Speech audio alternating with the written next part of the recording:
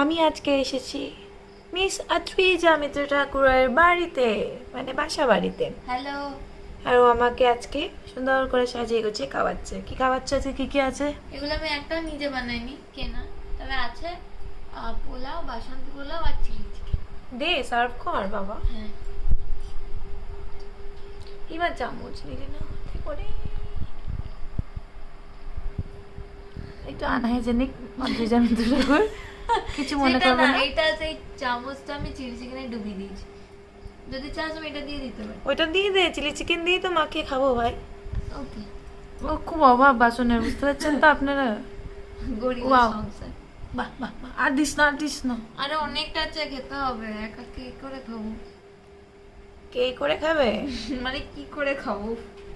ও বাহ, আদ্রিজার বাড়িটার একটু অবস্থাটা দেখুন সবাই। Please ও দেখুন। ওয়াও, ও ওয়াও, Please চারিদিকে দেখুন। শুধু জামা ঝুলছে। আমি করবেন না দয়া করে। আজকে আবার আমাকে সুন্দর করে শাল পাতা এনে খাওয়াচ্ছে, পুরো পিকনিক করার মতো। আর এখানে আছে চিলি চিকেন। সমস্ত যে আইডিয়াটা যে বলছে পিছন থেকে তারই, একটাও আমার নয়। এই যে আমি এবার খাচ্ছি।